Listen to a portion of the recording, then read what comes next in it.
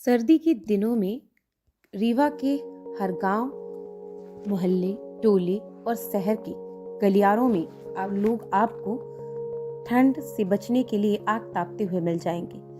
सर्दियों में कड़ाके की ठंड से बचने के लिए सभी लोग गर्म चीजें खाते हैं और शरीर को गर्माहट देने के लिए खूब सारे गर्म कपड़े पहनते हैं। लेकिन अगर इसके बाद भी हमें सर्दी लगती है तो हम आग जलाकर तापने बैठ जाते हैं। कई बार तो लोग पूरे पूरे दिन आग के सामने बैठे रहते हैं।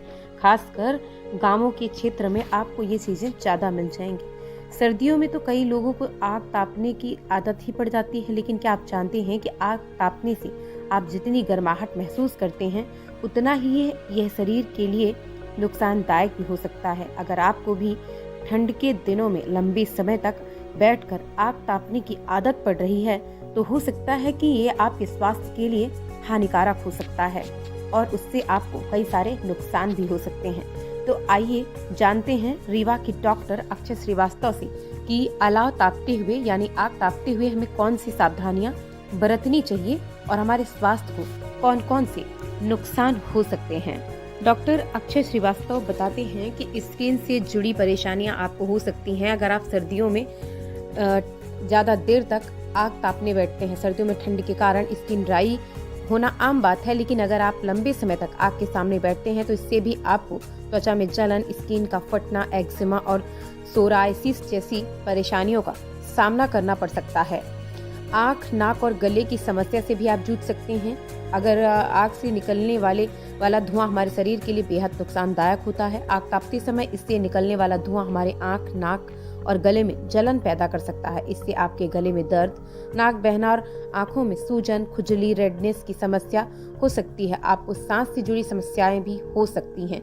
आग जलते समय लकड़ियों से निकलने वाले फाइन पार्टिकल और पोल्यूटेंट सांस से जुड़ी कई परेशानियां खड़ी कर सकता है।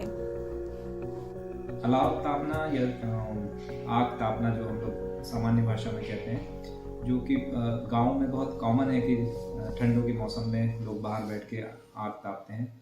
मगर इसके जो साइड इफ़ेक्ट्स हैं या जो इसके दुष्प्रभाव हैं ये जानना बहुत आवश्यक है, क्योंकि इसके दुष्प्रभाव हमारे शरीर को लॉन्ग टर्म इफ़ेक्ट करते हैं।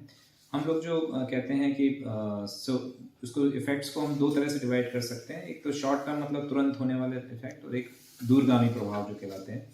शॉर्ट टर्म इफेक्ट में जैसे कि धूप, जब अपन आग जलाए हुए हैं तो उसकी जो गर्मी होती है उससे हीट स्ट्रोक की संभावना बनती है। जैसे जैसे अगर शरीर का टेम्परेचर बहुत ज़्यादा बढ़ जाता है, तो जैसा धूप में होता है कि टेम्परेचर बहुत बढ़ने से डिहाइड्रेशन होने की वजह से आदमी बेहोश भी हो सकता है, उसी तरह अलाव के सामने बैठे रहने से बहुत समय तक ये समस्या हो सकती है।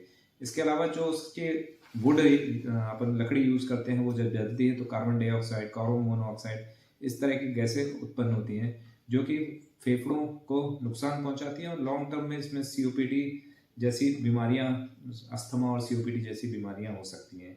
इसके अलावा जो आइज़ होती हैं, जैसे हम अक्सर देखते हैं कि धुआं उठ रहा है तो आंखों में जाता है और उसकी वजह से बहुत सारा पानी गिरता है, तो आई में ड्राइनेस की संभावना रहती है और उससे आंखें खराब होने की बहुत चांसेस रहते हैं। इसके अलावा जो हम लोगों ने कई बार न्यूज़पेपरों में भी पढ़ा है, चैनलों में भी पढ़ा है कि लोग घर में आग जला के सो गए और सोने के बाद या तो घर में आग लग गई या इस तरह की घटनाएं होती हैं। इसका एक मेन रीज़न ये है कि जब शरीर में कार्बन डाइऑक्साइड की मात्रा बढ़ जाती है तो ब्रेन धीरे धीरे कॉमा में चला जाता है, सो जाता है, उतना एक्टिव नहीं रह पाता है। इसलिए जब आग लगती है तो आदमी उठ नहीं पाता और उसकी जान को खतरा बनता है। तो इसलिए हम एक तो सबसे कॉमन चीज़ है कि अगर हम अलाव जला भी रहे हैं तो एक तो ओपन एरिया में जलाएं ताकि कम से कम धुआं उठे, कम से कम कार्बन डाइऑक्साइड बने। घर के अंदर अलाव का यूज़ ना करें। दूसरा, यदि हम घर के अंदर यूज़ करना चाहते हैं तो अलाव की जगह हम रूम हीटर जिसमें कि कॉइल ना हो, जो ब्लोअर टाइप के रूम हीटर हो, उनका यूज़ करें और कम से कम यूज़ करें। बल्कि डॉक्टर की तरफ से सलाह ये रहती है कि आप रजाई, कंबल, इन तरह की चीज़ों का यूज़ ज़्यादा करें जिससे कि आपके सेफ्टी बनी रहे और आपका शरीर अच्छा रहे। धन्यवाद।